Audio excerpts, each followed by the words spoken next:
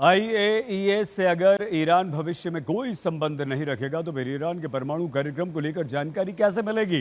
वैसे भी अमेरिकी हमले के बाद ईरान की तरफ से दावा हो रहा है कि उसके परमाणु कार्यक्रम को नुकसान नहीं पहुंचा है और ईरान की तरफ से भी ये जारी रहेगा। माना यह भी जा रहा है कि ईरान ने हमले से पहले ही परमाणु ठिकाना साफ कर दिया, मतलब वहां से यूरेनियम हटा दिया। लेकिन ईरान का वो यूरेनियम कहाँ है जिससे दावा है कि भविष्य में 9 परमाणु बॉम्ब तक ईरान तैयार कर सकता है।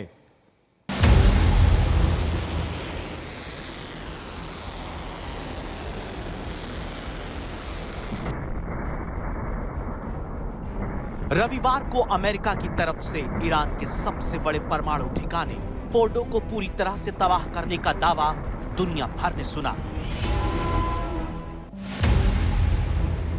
डोनाल्ड ट्रंप की तरफ से कामयाबी का ढोल पीटा गया, लेकिन इन दावों के बाद 2 सवाल सबको खबरदार करते हैं।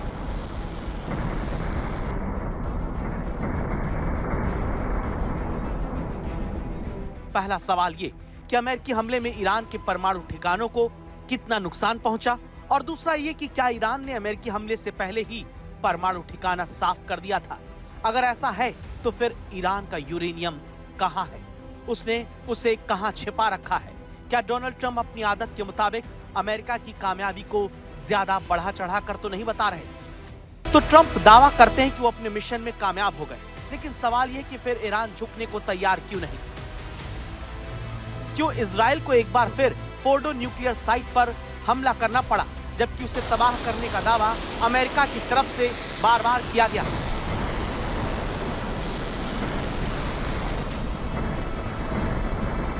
इस सवाल का जवाब ताजा सैटेलाइट तस्वीर में नजर आता है, जिसमें फोर्डो प्लांट पर अमेरिकी बम के हमले की वजह से बड़ा गड्ढा दिखता है। जिस इस्फहान न्यूक्लियर कॉम्प्लेक्स में यूरेनियम का गोदाम रखे जाने का दावा था, उसकी सुरंग का मुहाना भी तबाह नजर आ रहा है, और नतांज के परमाणु ठिकाने पर भी बमबारी का साफ असर दिखता है। लेकिन अंतर्राष्ट्रीय परमाणु ऊर्जा एजेंसी यानी IAEA के चीफ राफेल ग्रॉसी जब संयुक्त राष्ट्र सुरक्षा परिषद के सामने अमेरिकी हमले का ब्यौरा पेश करने लगे, तो उन्होंने जो बयान दिया उससे आशंका पैदा होती है कि ईरान का कुछ नुकसान हुआ है या नहीं।